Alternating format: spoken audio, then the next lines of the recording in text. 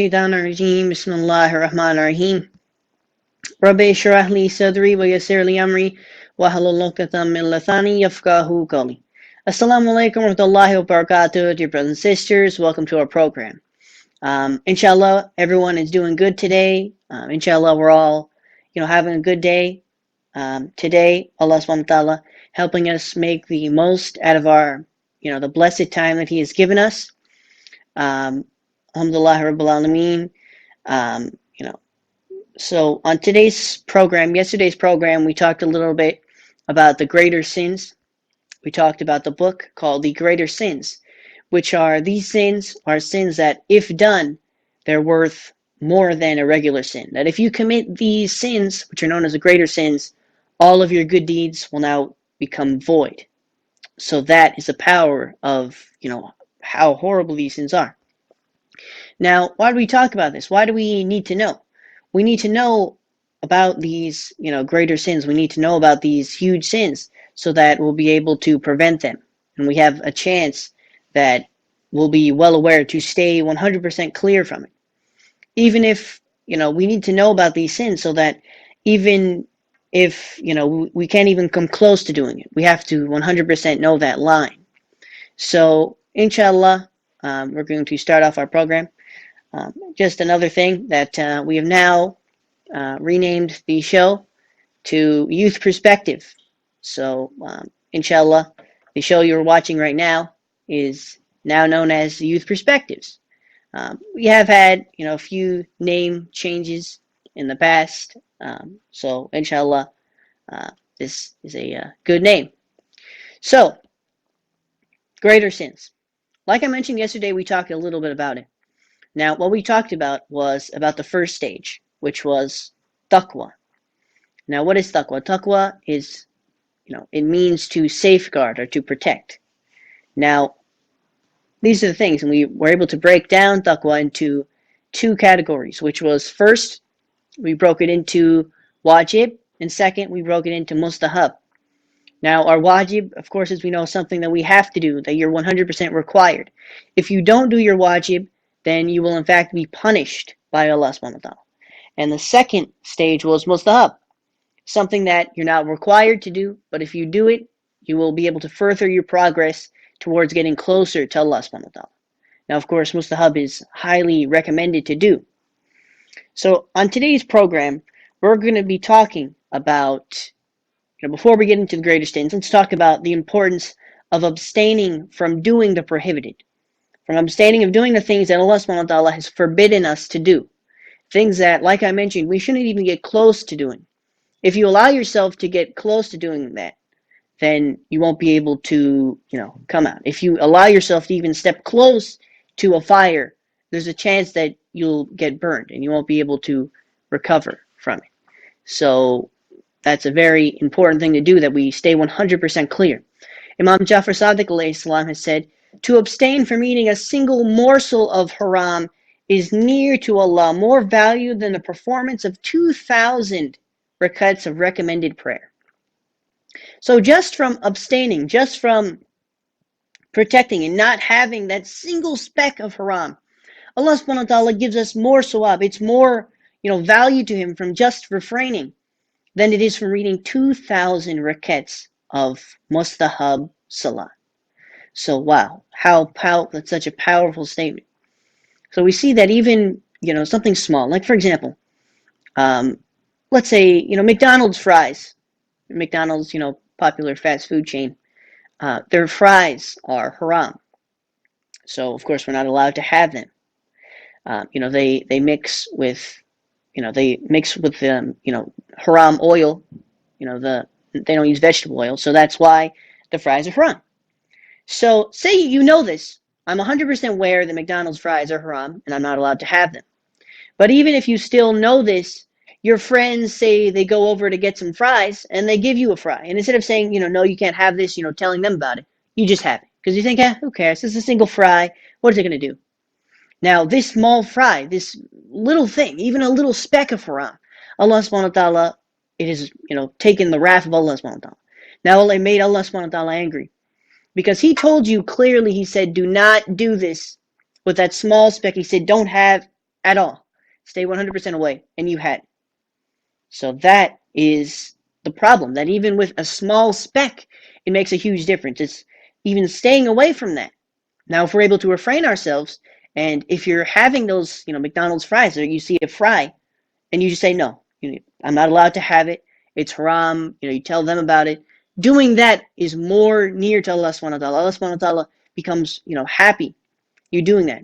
And it's worth more than reading 2,000 rakats of mustahab salah. And unfortunately, that's what some people think. Some people don't realize this. And what some people do is they continue to sin and sin and sin, and they step over what Allah subhanahu wa ta'ala has forbidden us to doing. They step over those boundaries. And then they read, the mustahab namazes. They do some mustahab fasts. They do some mustahab, du'as. And I think that makes it all better. But as Imam Ja'far Sadiq alayhi salam is telling us, it doesn't make it better. That even refraining from something so small, even a single crumb. Another thing, Doritos. Doritos are, they contain cheese. Doritos are haram as well. If I have a single, and when you go to the store, you buy these packs of chips. Doritos are always in it. If you buy a pack of chips, they have, the different chips. That's what's usually there. The nacho Doritos, those are there.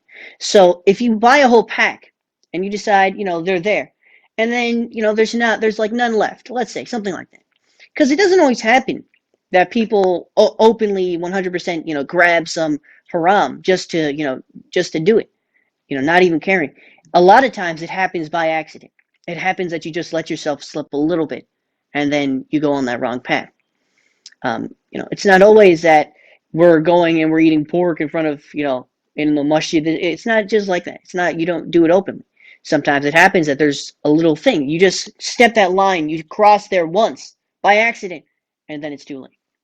So we have to see that even, something as small as a chip, something as small as something stolen, that if you steal, somebody else's food, you take something out of their, plate, whatever you do, something small like that, these are the things that we're not supposed to do. When Allah subhanahu wa ta'ala says, don't do this, you don't do it.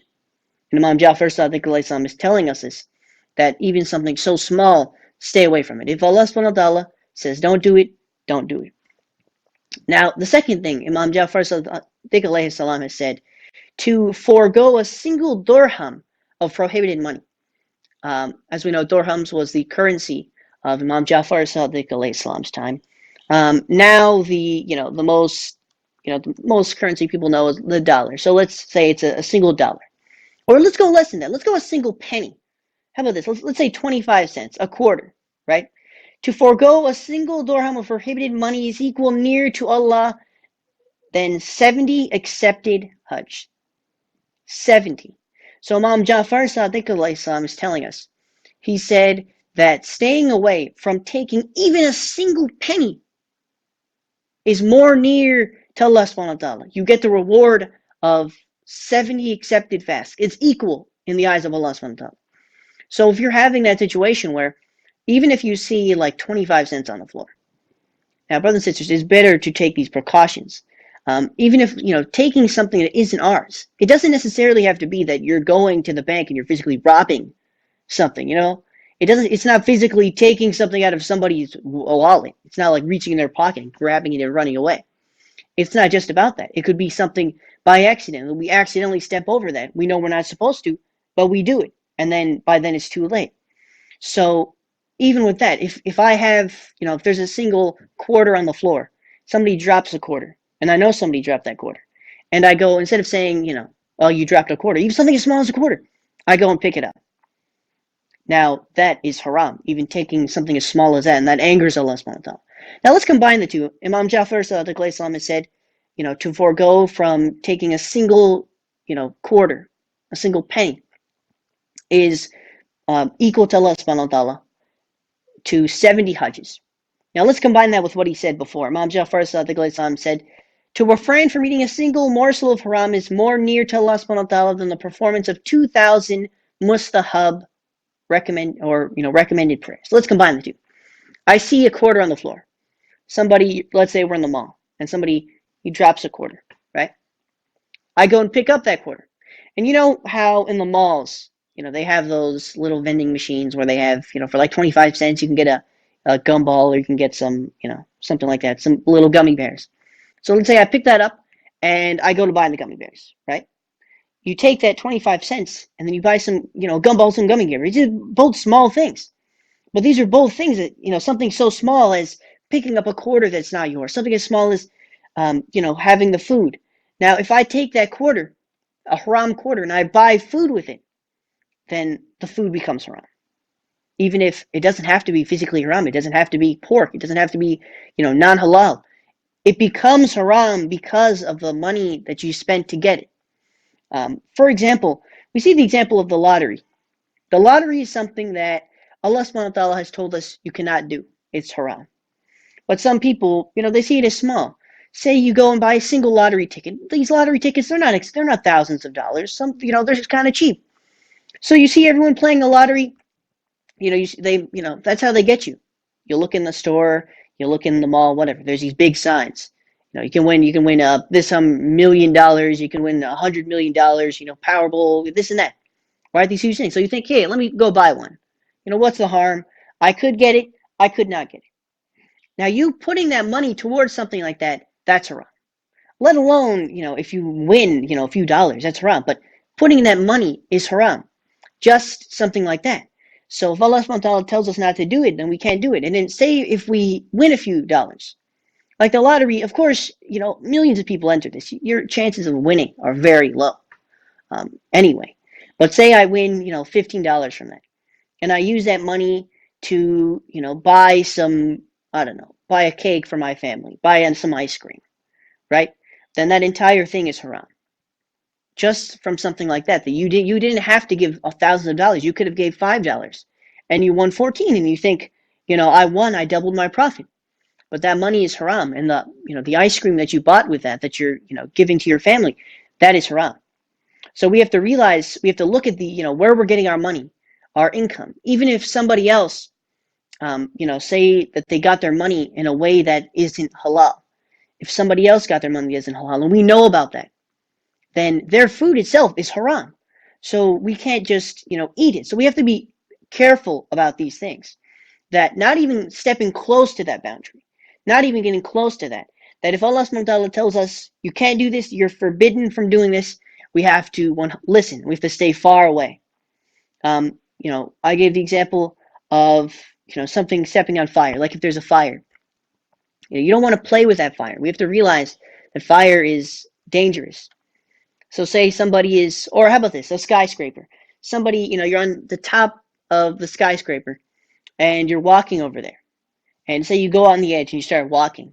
And of course, there's a chance you could fall. There's a chance you could stay on the side. And you're taking that risk by just walking there, on top. Do we want to take that chance that there's a chance of us falling down? And say you fall down. What happens? You fall down to your death. You're on top of a skyscraper. Now, we look at this example, that do we want to be those people who, even take that risk? That even if, for example, being at a place that serves alcohol, if it's, if you're at a restaurant and you know that they serve alcohol, we know alcohol is, of course, haram. So if we're at a restaurant that serves alcohol and we know alcohol is, of course, forbidden from Allah subhanahu wa ta'ala, we shouldn't even go close to it. Which means that if there's a place that serves alcohol, we shouldn't even go there. We should try to stay away from that.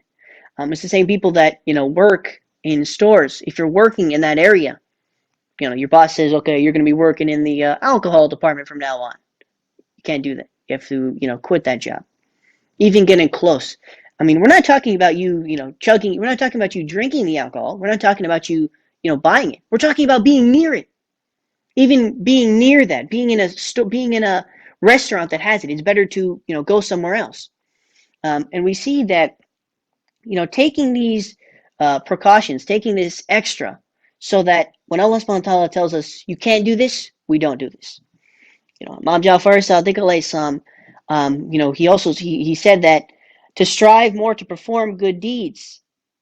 However, if you cannot perform a good act, or at least do not disobey the commands of Allah subhanahu wa ta'ala.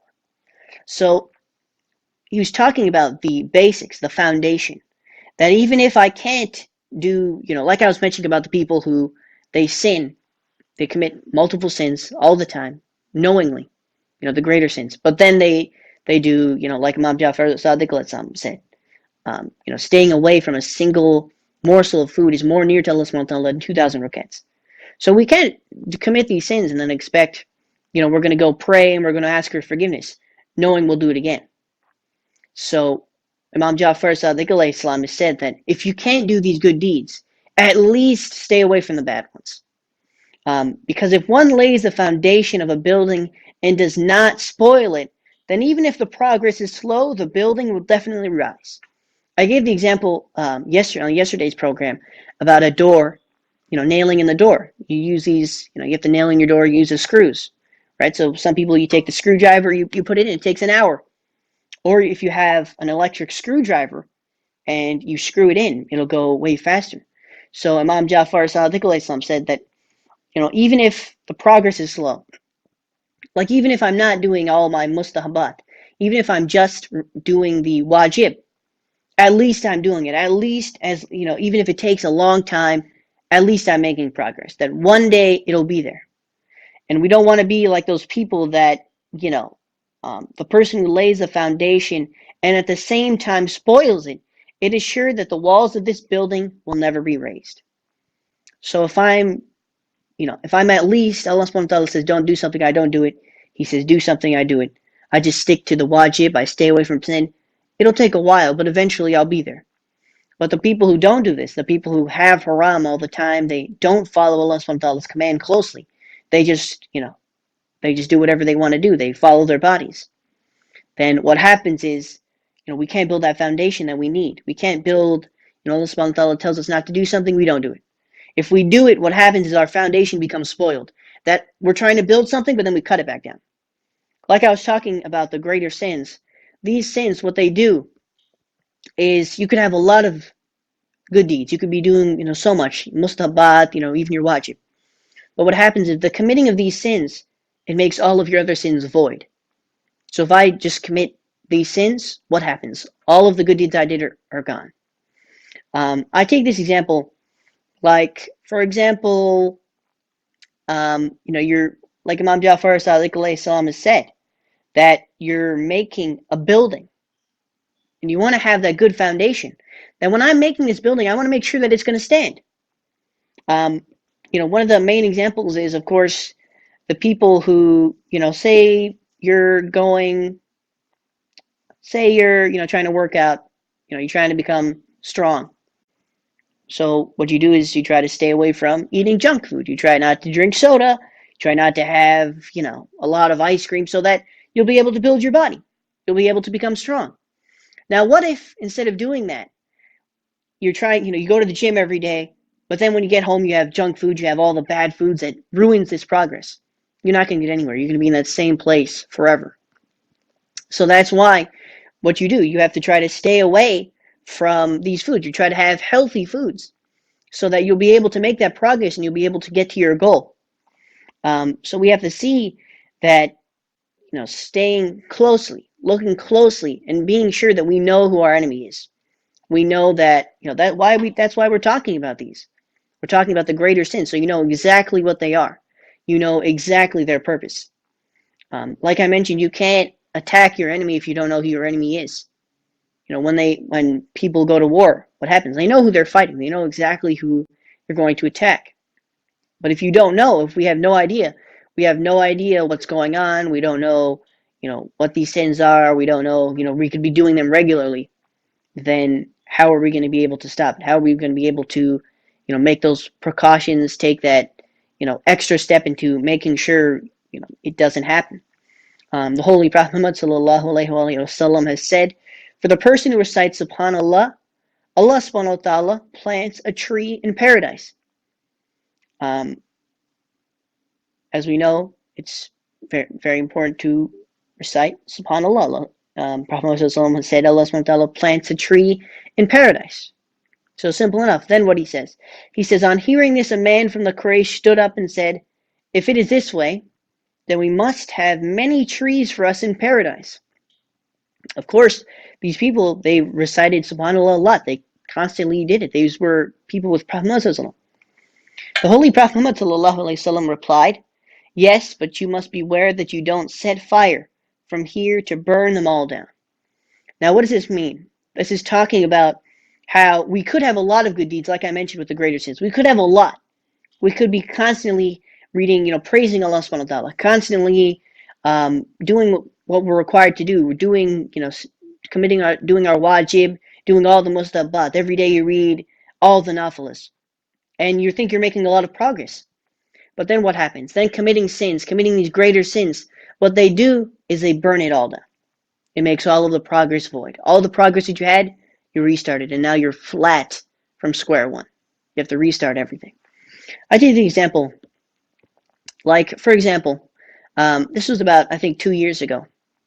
Maybe 3, 1.5, it was about, let's say 2 years ago. In California, there were, of course, California, there's always a lot of, wildfires. There's a lot of trees. So this was about 2 years ago. In California, there was, a massive wildfire. There was, and what happens? The wildfire, there's like one tree gets on fire. And that one tree spreads to all the other trees. And of course, it becomes very hard for them to take these down. So about, 2 years ago, I was, looking outside and I saw all this smoke outside. And I was like, what is this? And then, we saw in the news that it was, the wildfires, the fire had spread everywhere, and they were, of course, having difficulty taking it down. And it was such a thick smoke, you could, smell it from, so far away. And it was there for about, 2 days, 2-3 days. It lasted a long time. And we see the example that, the wildfire, it was just on one tree, and then it moved to the other tree and the other tree. And of course, eventually they all caught on fire. And, the firefighters, whoever had to, do this, it took them a long time to get rid of it. It was very hard. So we see the example that how fast it spreads. It doesn't spread slowly, it spreads very fast. That if you, even do one of these greater sins, you'll be, eventually, if you don't, keep guard, you don't realize it, eventually it'll open way to the other sins. And what started as doing one sin, maybe you didn't know, it spreads into all the other ones. And eventually everything will be cut on fire. And what happens when this? Those trees, what happened to those trees? Of course, they got destroyed. A lot of people, their houses burned down. So look at this example that our Prophet Muhammad is telling us, that even if we are, we consider ourselves religious people, even if we consider we're doing a lot of good, we're helping a lot of people, we're doing what we think Allah subhanahu wa ta'ala wants us to do, even letting ourselves get off track for 1 second, letting ourselves fall asleep, not keep guard for just 1 second can ruin everything. And we have to see this. We have to realize that if we are to get to our goal, if we are to reach our goal of what Allah subhanahu wa ta'ala wants us to do, if we are to get to that point where we please Allah subhanahu wa ta'ala, it all starts with the basics. And what are the basics? The basics are, refraining from sinning, refraining from, of course, not doing these greater sins. And we have to be able to constantly keep watch so that we don't allow ourselves to cross that line. We don't allow ourselves to get to that point where there's even a chance that we commit a sin. There's even a chance that we eat haram. There's even a chance, we consider taking money from someone, haram money. And inshallah, Allah subhanahu wa ta'ala helps us that with everything that we do, we're 100% aware. We're aware of, and that's why, like I mentioned, why we're talking about these greater sins. Inshallah, in coming programs, we'll, dig in, we'll get more into about what these sins are. And of course, how to prevent them. It's not just about knowing. We can't just know about them. We have to know, how to stop them, how to try to prevent these things from happening. So, inshallah, if Allah subhanahu wa ta'ala gives us the tawfiq, now we're going to do, that's all the time we left for today.